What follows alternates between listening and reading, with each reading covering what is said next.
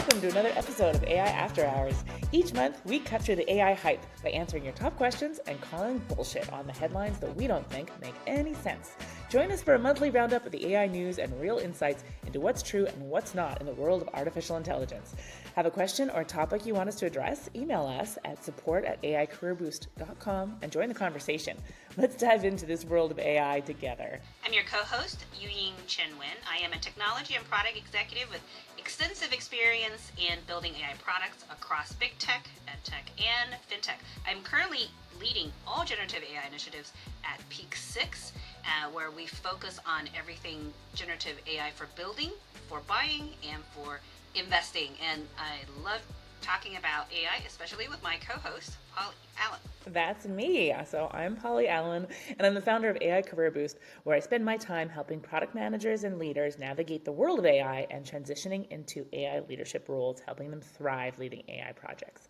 I've spent my career in both the product management and software development sides of the world, and I am an ex-Alexa Principal Product Manager Technical, where I successfully launched the first AI answers, the first generative AI answers on Alexa. I was fortunate enough to be recognized as a top 100 women of the future, and I also love sharing my knowledge and talking about it with Yuying. So I'm super excited this week to dive in, Yuying. We've got some awesome news to dive into and some interesting topics to address. But first, the most important thing, what are you drinking tonight? It's after hours, after all. All right, it is after hours, definitely. So it is a plum shoju. Do you know what shoju is? I do. Thank goodness. All right, excellent. Yeah, it is very nice and light and fruity, perfect for the summer heat. What you drinking? Okay. I am actually drinking, so it doesn't look very classy, but I actually am coming at you from Napa. So we didn't happen to have any wine glasses, so I look more like I'm ready for a flip cup tournament than I am for All right, drinking so wine in shall we Napa. believe you that you're in Napa because you're not Exactly. Can't you tell fancy? from my view? Yeah, I But it haven't is a seen lovely Pinot Noir, as is my custom. Oh, of course. Pinot is definitely a favorite. We just did Paso Robles with some girlfriends, so Oh yeah, amazing down there. That's some of my yeah, favorites. One of my favorite yeah. spots. Not fancy enough for Napa yet. Oh, next time. Awesome. Well, let's kick off with the news.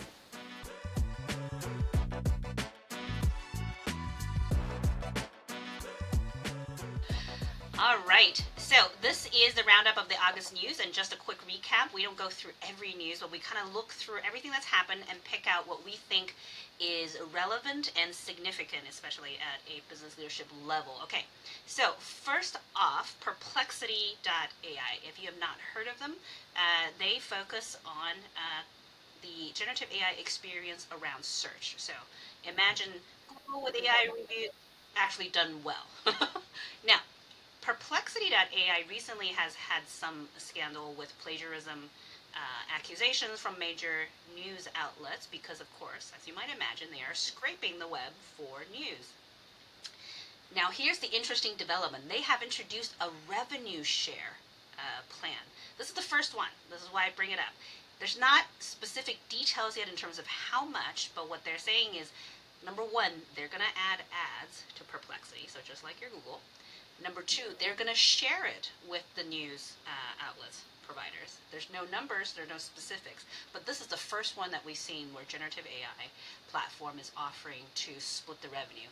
Thirdly, actually, they're going to be actually going live with what they call publishing partners of the major news outlets, and those publishing partners will be able to create their own custom Perplexity engine on their website. So if you follow the Times, for example, you can go to the Times and have a custom Perplexity experience that answers against all their content. But also, if you're on Perplexity and you ask questions and you're getting served up information from Times, you'll get a share of the ad revenue. What do you think about that? It's going to be so interesting to see the UX, what is the actual experience of the ads. You know, we're so used to the 10 blue links of Google, and you're like, it's very easy to intermix ads in that. Often the top links, some of them are ads, or they put them on the side. If you're still getting the content from the narrative that you're reading in Perplexity, because they tend to summarize a bunch of different information from websites into a narrative that you just read answering your question, it's going to be interesting to see if you can easily interrupt that to get people to click on ads. So it's very cool that Perplexity is saying we're going to take on this challenge. Look for a lot of different things of innovation around trying to figure out what is something that is disruptive enough to get people to click, but isn't completely driving people away from Perplexity. They're by far not the only generative search player out there, right? They've just become one of the best known ones. Yeah, Can Google, they're for the one doing the example, best right now. yeah, exactly. But could Google up their generative AI game to match Perplexity, and could they wait out Perplexity and not get revenue from the experience? It's gonna be interesting to see. I'm glad to see someone's like, taking the lead on that.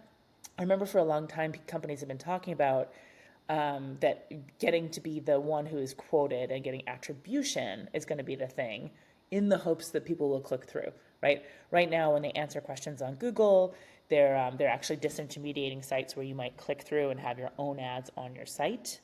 They're still doing that, but now people, it's interesting because they have the attribution, like, hey, where did this information come from? But studies have shown over and over again, beyond the first couple times you use it, people don't go and check the references. They're not actually checking, which is tough in a generative AI world where there's often hallucinations, they're often misrepresenting what they're saying they're quoting from. So it's the patterns that are going to emerge that both instill trust, but also provide a revenue model for the people whose content you're using. It's the big challenge of search right now. Super, super interesting. Yeah. So I think I absolutely agree with you that it's very notable new move to try. The specifics are not enough yet to know if, in particular, this one is any good. But the fact that they are trying to do revenue share, that's a first in generative AI. So hopefully more will follow, and actually create a model that works for the content providers as well. Exactly, because they already are showing, like, if you do, especially a Perplexity Pro search, they'll show you here's where it's coming from, right? So they're allowing a way for you to click through. Clearly, that is not giving these news Do you providers click what they through want. though? Exactly, I don't. Yeah, I don't. neither I do know I I. And we don't. know Right? this. We still don't click through. Exactly. Exactly. No, totally. And I think that's going to be the issue. Clearly, this is not giving them the traffic that they want. That was the big benefit of Google's previous paradigm. Is like that's the only way you get discovered. Well, if this is not people actually leading to people discovering your site and just getting the info without coming to your site, you're not getting the ad revenue yourself. So how are they going to do the profit share? What's the split? I'm assuming they don't haven't announced that either on terms of the profit sharing split. No specifics, but double digit is what is. I think it's as far as More than what I. 9%. I'm like, That's it. I mean, I think it's just going to be interesting to see, like, especially when they're using content from a bunch of different providers for each of these answers. Can they really afford to give each of them 10%? Like, it's going to be really, it's a tricky problem. yeah, yeah. It's technically tricky, but I'm glad to see somebody taking it on. So Yeah. that's why I highlighted. Yeah, for sure. Fantastic. I mean, you haven't tried Perplexity. I always recommend people do check out their Pro search feature. I am in love with it, and it's just that idea of like they break down a problem into multiple steps. It can deal with hairier, more ambiguous problems. I really think it's a great way to kind of understand what are the steps we're starting to make towards more independent and agentic AI that everyone can understand and see working for them. Very cool. Yeah, yeah, exactly. Okay, so this next one is more of a category. So we usually kind of highlight major model updates. I think we haven't done too much focus in terms of image and video generation. But this month in August, there happens to be a whole cluster of updates. So I want to take that in general in terms of kind of the maturity and speed of evolution in this space. Okay, so a couple of them just to keep track. Flux is the newest player on the block for text to image generation. So this is the equivalent of Sora. Everybody likes it. And interesting about Flux is they are founded by the creators of Stable Diffusion, one of the original text to image generating technologies around generative AI. Okay. Second one, Runway Gen 3. So Runway or Runway ML, they focus on video generation. Okay, so but they're targeted at professional video producers. So you have your text to video, image to video to video generation. And this is one of the early ones I play with around video generation that I super love because it is targeted at actually creatives. Okay, so Runway Gen 3. Midjourney. Everybody's heard about Midjourney. We don't normally hear about model updates, but Midjourney did an update. 6.1. Right. So in general, the consensus is for text to image generation, Midjourney is still top. But with Flux, so far people are like, we think it rivals it, and you don't have to use it through Discord. So this is one to watch out, that a challenger. So even with DALL-E 3 and what have you, the general consensus hasn't been that it's up to Midjourney level. But even with the first release on Flux, that's what we're hearing. So that's big. And then another one, which is more, this is more on the business side, Canva. If you know Canva, and I use Canva for everything because I cannot design, but I want my PPTs to look not super boring. When I use Canva, people are like, why did you get a toddler to design your logo? And I'm like, I'm just not visually skilled at Yeah, all. yeah. But I love Canva as a platform. I've been kind of watching all of their AI integration with the different features. They have acquired Leonardo AI, which is one of the Oh, which was one of the top text to image generations that's not from the United States. It's fairly popular. It's mostly free. This, for me, really puts Canva fully in the creative space with the AI. I think they can, for certain segments, go head to head with Adobe. I'm just saying it here. And then one last one I know, so we'll wrap up this whole in multimodal generation of image and video is a little bit different. This is technique. So far, really thing we talk about is focus on text to. So you type in text, generate image or video. There's a new technique actually focused on the creative industries like VR and gaming and digital design that generates 3D asset from 2D image in seconds. Yeah.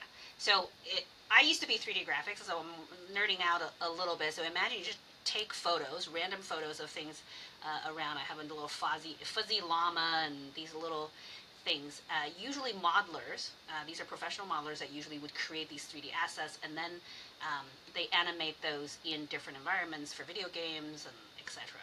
What this will do, it generates high quality 3D assets, and you can plug it into any of your production platforms for creating animation, for creating gaming segments that are now fully 3D, and you retain kind of the asset physical boundaries are one of the hardest problems you run into if you're just generating the video outright. Is objects seem to pass through each other because they're just doing a pixel. They're not.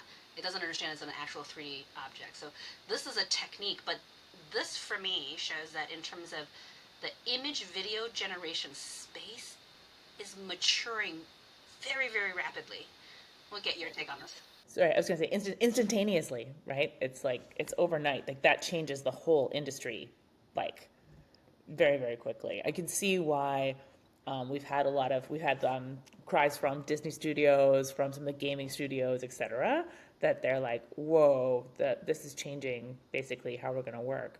It's the first time I think we're like, instead of venturing towards like, oh, AI is going to write your whole video game, AI is going to program the whole thing for you. We're looking at like, okay, how can we fit together the capabilities of these models with the existing systems? And that's a really nice place to look of like, well, creating a 2D image is a lot easier than the 3D model of it. Can we create just that piece, and then humans can go and create, once you have those assets in the system, more creatively, but rapidly, like eliminating a large part of the process, right? Speeding up, automating a huge piece that used to be a lot of work. So the thing to like, for me, if you think about gaming animations in VR, right? So your high fidelity games take multiple years and hundreds of millions to produce because of the 3D characters that's running around, different animations, the videos, and right the images, etc. So you're literally with this technology. Eventually, I think when I say eventually now, I mean like 6 to 12 months. We're not saying like very long ways out. That can be shortened to the point where you're gonna get a lot more indie level, I call it production, or even user generated play game levels, right? With full animation, with full 3D assets running around, with like live stream VR that can happen as you walk around and be interactive. So yeah, this was very exciting to me. I'm nerding out a little bit. Maybe it's not 6 to 12 months, but we will see. Totally. Well, and that democratization, right? For a long time, making video games has become really a big players, big studio game, right? Of course, we have like the occasional indie game that breaks out. This is like, could this really empower a broader set of people to be able to make games for much less? Imagine unleashing that kind of creativity on the world where people who'd never thought they were actually people who could make games, if you can draw it in 2D, now you can. I'm excited to see if we get more of those like lower code, no code studio places too, where you're able to kind of draw things in 2D, 3D assets are put in place, animate them not through code but through prompts, and imagine being able to build a game that way. I hope we're there soon. That sounds really cool. Yeah, and I think it'll enable like people like us to get 3D VR games that are targeted for us, our little unique, weird little segment versus mostly what they're built for, which is the mainstream gamer teenage boy segment. I'll call it. You know what I want? Oh my God. What do you want? Remember when we were kids and people would make each other like mixtapes where you'd like tape it off the radio, or maybe if, in later years you would like tape it off a CD, but you could like make your own mixtape. Wouldn't it be awesome if people were like making each other little video games as like Oh you're my my god! buddy, Wait, I wait, make wait. you So video games. if you had an adventure game with fight levels, because I know nothing about video games outside of like Match 3, um, but each one you can just pick different ones, right? So if you're going from like, I forget, there was one called, is it Mario Mix or whatever, where you battle different characters from different games. But now you can just make your own, or hopefully someone else, which is probably my son, will make one for me. That's like, first you battle Martha Stewart, then you battle Elon Musk, and then you. You heard it here first, teenage boys. All right, The way to win nerdy hearts like ours, make a girl a game. She'll be yours for life. yeah, of the stuff that she actually cares about. I was like, okay, now Exactly. you have to fight for that last LV bag. That's okay. I'm now talking about stuff I don't understand at all. That's not what the nerdy girls like, I think. I mean, No, no, no. some do. Yeah, okay, sorry. Nerdy girls, that's right. Sorry. So we're allowed to like what we want. It can be Anyways, high maintenance. that concludes the multimodal generative AI. Right. Hopefully you got not thoroughly confused by us going off the deep end here on the mixed level video game generation for nerdy girls. All right, which I'm now trademarking as. Okay. Right, exactly. We'll give a domain name. All right. So, on the legal front, now, what should have been big news, which is the EU AI Act actually becoming official law, didn't make much of a splash because when you look at the actual enforcement of which, it is now technically uh, full law, but in terms of the enforcement, it's still 18 to 24 months out. One of the reasons why this historical moment of the first law of its kind didn't make much of a splash. But the one I do want to talk about a little bit, I think will impact us quite a bit on the AI side, is that Google in the most recent antitrust lawsuit was ruled as having acted as a monopoly and unfairly kept out competition in the search space. So, antitrust, this is like from old Standard Oil days. I remember them going after Microsoft on something like this and never quite got that conclusion. So, this conclusion that it is a monopoly and there are um, kind of competitive tactics being used to keep out competition is one of the very first judgments against big tech. Mm-hmm.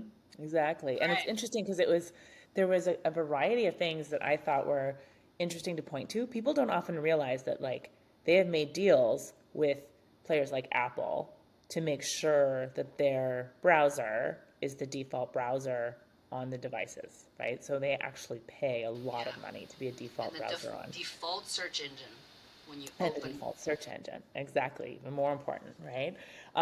And so it's interesting for Google, but it's also kind of disrupting that like pay to be the monolith model, right? Of like, oh, if anybody else comes in, if Perplexity now comes in, now Perplexity isn't big enough and doesn't necessarily have these monopolistic, you know, threats against it, at least for now, unless it became the new player. But it is a note that like, oh, wait, these are determined to be anti-competitive practices that if you do that in conjunction with taking over too much of the market, not sharing data with competitors, having too much proprietary information, that this is something that can lead to your company being likely broken up, right? That's probably the most likely outcome for Google is like certain parts of its company will need to be spun out.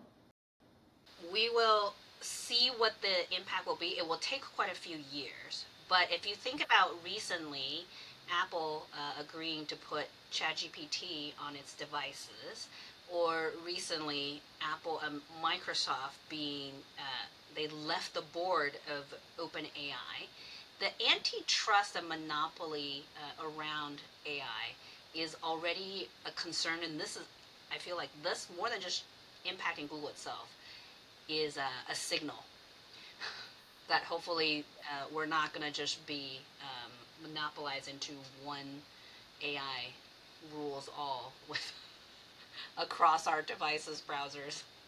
No, totally. And it does feel like the first time in a long time, too, that they've been willing to go after these companies and actually have findings against them. You know, it feels like for a long time, um, is it the Securities and Trade Commission was not willing to actually, you know, find these findings or actually take these things seriously. So I think that's also the other thing is it's like, hey, watch out. We're actually going to be keeping an eye and being the watchdog agency that we're supposed to be. And so I don't know. I think be just a disruptive signal for the rest of the market too. Yeah, yeah. That's why I was super. I realized legally I was keeping track of something that was not technically directly AI, but I actually think it has very significant impact and outcome. Okay, so that wraps up our August news roundup. Awesome. Thanks so much, Yuying. Fantastic. Well, and now it's time for our next segment, which is really let's jump into the top questions across the AI world, particularly for business leaders.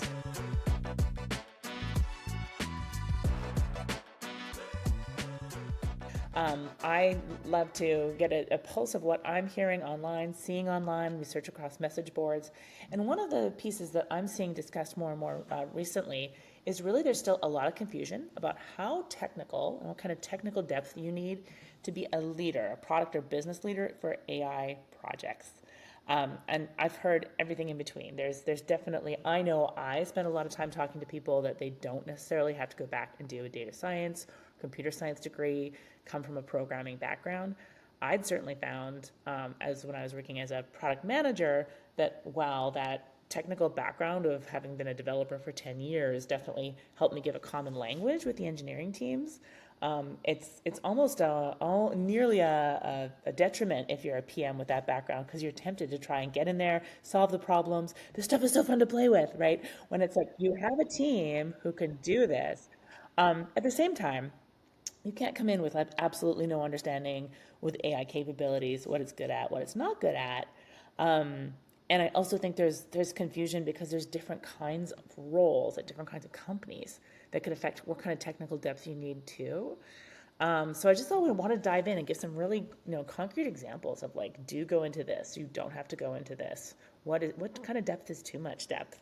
First I wanted to get your perspective, Yuying, because I know as the head of generative AI at Peak Six, you're doing quite a bit of stuff that's a little bit hands-on. You're prototyping things. How does your technical depth help in your current role? It's a double-edged sword. So yeah, the having a technical background and especially one specific to AI, which I have, is very useful in terms of quickly understanding when new technology and updates come through, helping to explain to risk and governance. It's definitely helpful. Double-edged sword. It is less helpful when I'm talking to business executives because I tend to veer off into how cool the tech is. And I've lost them. We've trained ourselves not to, but it Yeah. does. It's hard. And it is, I get very excited by what I consider technology breakthroughs, and sometimes stepping back into use cases that I'm like that I think is so easy to implement and very doable, I get less excited about them. But a lot of those have tremendous business value, and in my mind, I'm like I just skipped over it because I could do it while I'm on a Zoom call with you. Yeah. Yeah, totally. Exactly. Yeah, I think that's so true. It's easy to get overexcited about the possibilities of the technology because you if you understand how it works, you think implementation is easy when actually like the implementation on your use case, on your data is actually that's the job, right?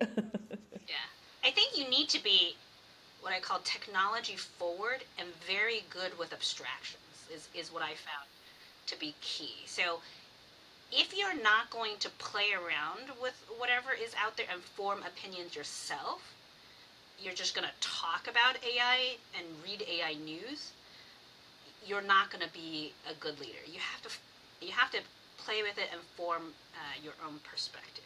The other one, when I say level of abstraction, you have to understand that all the new stuff that's coming out are created by nerds. They're created by tech. Their use cases, their demos may not like make any sense to be like, what am I going to use this for? So when I say level of abstraction, you have to be able to look at those things and go, aha, what they just did means that I don't need the IT team to do this. My HR person can do it herself, and that's significant, right? So that's what I kind of call the level of abstraction, but you have to look at kind of what the nerds are producing and explaining out there and pull out the piece that's actually meaningful.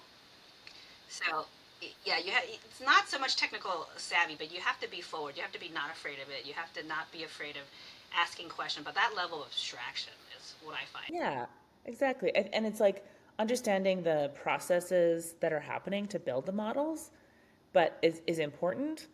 Being able to actually do those processes isn't, right? So the example I always use is like fine tuning a model to get to a certain degree of like precision.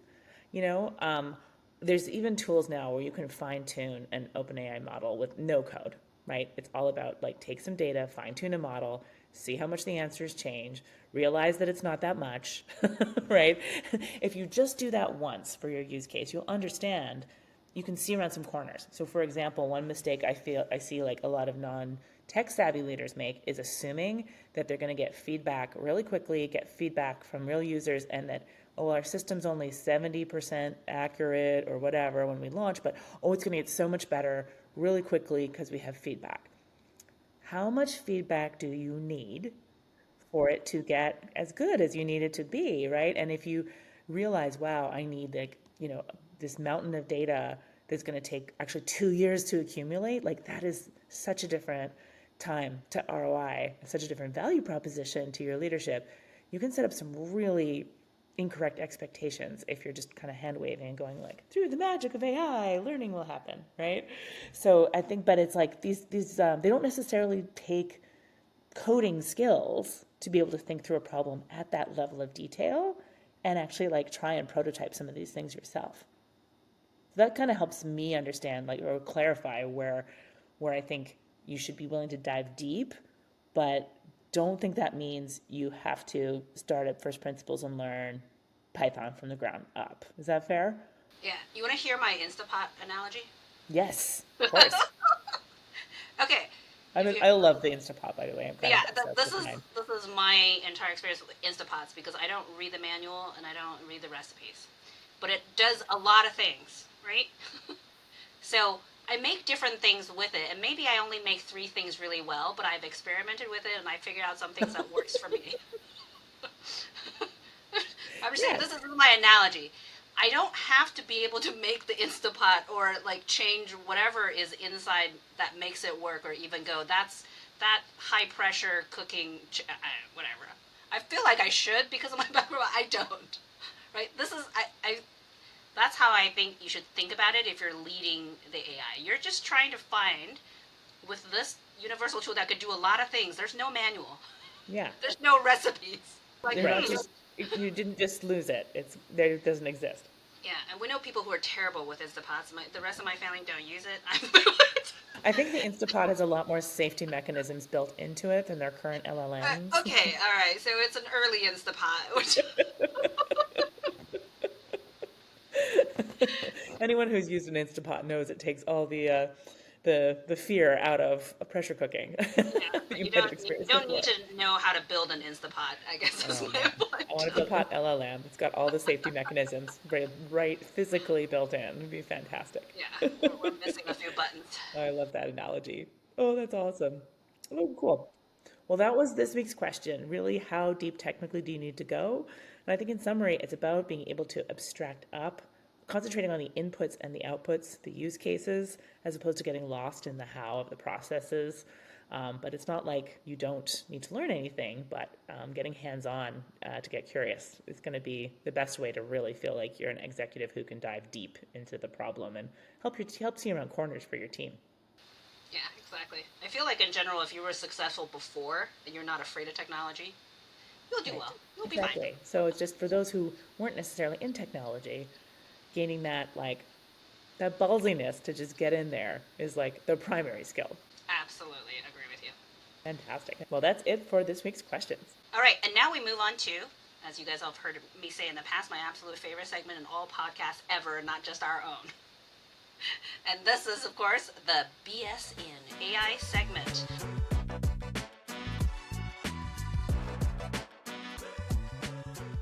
where we cut through the bullshit, whether it's anecdotes or headlines or just people talking about it constantly on Reddit, that we think is complete bullshit, and we will clarify our take and cut through it and probably rant just for our own entertainment.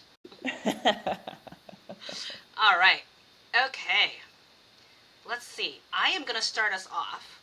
Now, AI risk is a big topic, a very serious topic.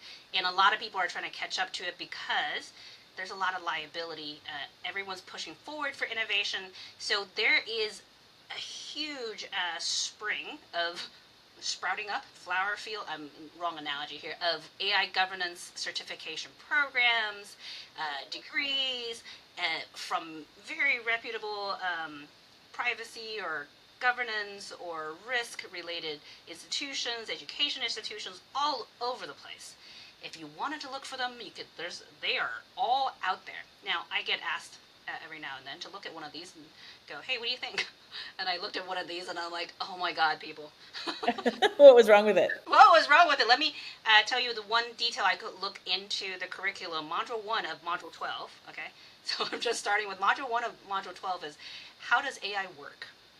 And it literally goes, okay, you need to understand how all AI systems work. Deep learning system, machine learning system, reinforcement learning, generative AI. And I looked at that model and I kind of just about fell over. I'm like, this is each one of these is a PhD. So you're a legal governance background. Let's start with that. That's your intro to be able to understand the difference between them. Deep learning. I'm like, really?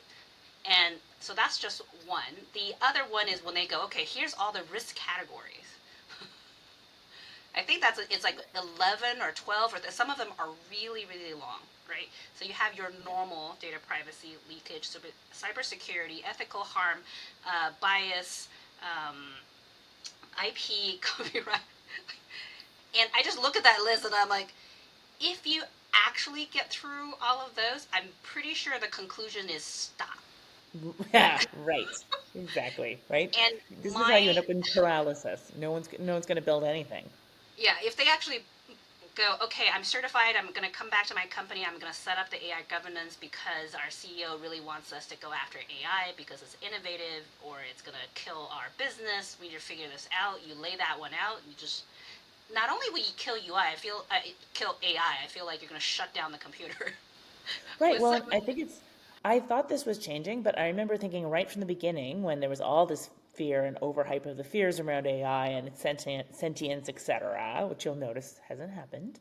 Um, the that the role of like board members in charge of AI governance, etc., should include looking at the risks of what if you don't adopt AI? What if your competitors do and you don't, right? I think that's a part of risk that doesn't get often emphasized in a lot of these risk certifications, right? Of like, it's about balancing And some of these risks don't even apply to you or what you're building, right? Exactly. That was my way. I was like, number one, if you took this, you went back, you wouldn't be able to do anything. But you really didn't need to spend all that time on everything. What is relevant to you? Maybe only a third, right? So some of these, like, harmful kind of answers, etc. If you're a search engine that 100 million people use, yeah, it's a concern. Okay, if you are a very niche technical company offering like a set of APIs, I really don't think the likelihood is very high that you're going to hit an issue that your API said to do something harmful. Um, yeah, so Exactly. I'm I not think saying don't get certified. I'm saying don't expect that after you take these, you actually know how to create a governance framework that works for your organization. organization. That's Yeah. such a good point. And I think I think it's something in certification in AI in general. Like we're seeing this explosion and I often get asked like, hey, which of these is the best certification? Honestly, I don't see jobs looking at the certification and being like, oh, here you go. Here's a job for you because Oh, and they you shouldn't. did this for And they that. shouldn't. Exactly. And they shouldn't. Right. And that's why I've always emphasized the importance of like, there's a rising importance even for more senior leaders to have some kind of like online portfolio, like what's something you've actually done. If you haven't, take this and apply. How would you build a governance program for a startup, a Series A startup versus a big tech company versus a Fortune 500 bank, right? Like those would be completely different. And I think that's the other issue with these two. They kind of treat all those scenarios like it's the same. You just like, we'll teach you about all the risks, you figure out how to apply it. I think the figuring it out how it applies to you is the part that people need the most help with. Yeah, yeah, exactly. So I'm not. Maybe I won't go as far as saying I think those certifications are BS, but it does not tell you how to actually do AI governance. And it's a lot of And bottom up learning about AI before you get to anything that you can apply, right? yeah, what I don't want is people go through this and get overwhelmed and be like, okay, AI is terrible. We should never do it. It's way too many. Exactly. Exactly. A good example I've always found was copyright infringement. So people get all hung up about it. I get questions from startups saying, oh, we want to use this content, but isn't that copyright infringement? If you'll notice, Google, when they answer questions, if you ask a question, Google actually answers the question from the underlying person's website, right? Using their content directly in Google, actually like keeping you from clicking onto their site. One of the like the biggest pieces of copyright law is that they have to prove that you are doing damage monetarily. It's not just that you're using their content, using it. Just using it isn't enough. You have to actually be like disrupting their business model, causing them monetary harm. If you as a startup are worried about like, oh no, the news industry might come after us, like honestly, if you're making $0, that's a problem for the next day. I'm not saying you shouldn't list it on your series of risks and when do we start to address this. We should, decide if we're taking this on or not. But don't act like this is like a no-go area, when it's like Google uses that all the time because they also provide those sites traffic and make them happy. Could you find some way to work this out? You don't know everything you're going to know by the time you're big enough to actually impact the industry, right? So that's the key is like feeling the fear of finding these risks, but you have to find a way to proceed anyway. And I think that's been the hardest problem that organizations are having with this right now. Yeah, exactly. I'm with you on it. I wish I had a cleaner answer for those who want to learn, but this ain't it. Yeah, All right. exactly. Find ones that apply to you. Good call. That is BS. Okay, the BS I want to demystify and dispel is around people believing archive papers are super reliable. So archive, for those who don't know, is a preprint server, R-A-R-I-X, no, A-R-X-I-V. We It's can't spell. pronounced We can barely archive. spell AI. Okay. Yeah, I know. Stupid wine. It's not helping. It's a preprint server. So for years, it was actually started in like the astrophysics community where people were sharing not just papers, but data sets, et cetera, to keep amongst the scientific community. And it was so that people could keep like the pace of innovation, right? As machine learning was advancing, and this has been the last 10 years even now, it's starting to advance at such a pace that the pace of traditional peer review and publication in journals was too slow to keep up. So people have been publishing things on archive and being like, oh my God, look at this new paper from so and so. It spreads like wildfire. People are citing it even before it's like been published anywhere, right? Um, but the key thing to know is that there's absolutely nothing preventing from you, me, anyone we know, just putting up a paper on archive. There's no peer review as part of this. And so more and more bigger organizations have been doing things like putting papers up that are really more like position papers and certainly do not pass the sniff test in terms of science. A really good example, the first time this came, was forefront in my mind back in June. There was a DeepMind paper that was all about the dangers. It was called, let me see, we'll link to it, Evaluating Frontier Models for Dangerous Capabilities. And it was a DeepMind paper basically ascribing a lot of intent, a lot of malice to LLMs in a way that like a lot of the scientific community is like, what are you even talking about? Right? This is still in the realm of science fiction and the Elon Musks of the world. And then they were also just doing things like including whole sections that were like, let's look forward and get some expert opinions, and then just getting random experts to like pontificate about what this might mean. And this is all Wait, stuff you I gotta never ask. see. I Yeah. gotta ask. Is there one on consciousness? AI consciousness? Oh, They weren't doing a test for consciousness, but they were like, could we convince the AI to like try to bribe people and things like this? Like it was like, well, you can convince it to say anything, it's an AI. And now they're trying to make this into like, look at this malicious intent coming from the AI, right? It's definitely like I actually was made aware of it, this really excellent podcast called Mystery AI Science Theater 3000. It's oh, I called, gotta mark that down. you got to check it out. Emily All Bender, right. she's from DARE, which is the Distributed AI Institute that was founded by Okay, Timnit because I was like, Gebru. wait, drugs against drug anti-campaign. What does that Drug take? Anti-Campaign. No, it's the Distributed AI Institute. But yeah, Timnit Gebru, who was famously fired from Google because of her ethical stances on AI and and being a bit of a whistleblower there, she founded DARE. Emily Bender, who's a professor at University of Washington, is part of that initiative. And then this Mystery AI Theater 3000, where they go through and they debunk a lot of these things, and so it's really fun. Yeah, totally. You got to check it out. So they've debunked that paper, but I've seen now several posts of people having to call this out on LinkedIn saying, hey, there was this paper about the dangers of hallucinations, AI, and healthcare. But they're citing a paper that's on archive that has not been peer reviewed and acting like this is peer reviewed science, right? And this is complete bullshit. This needs to be called out immediately. So I think this is Yes, part of, yes. people are doing their best to This is keep our up with PSA this. announcement against our non-peer reviewed Exactly. science. There's people who do not have a scientific background who are just putting alerts on any new paper that comes up in archive and then just like talking about it like it's fact now because it's been put there. So if you do check your sources and you see it's on archive, double check. Some of them have gone on. These are legitimate papers there too. But just because it's on that site does not mean it's a legitimate scientific paper. And in fact, some of them definitely have some motives ascribed to them based on who's writing them and who's part of them underneath. They're kind of basically, this is how marketing is done now in tech. Always check your sources. The thing with archive is they're one of the major sources that LLMs train on, Yep.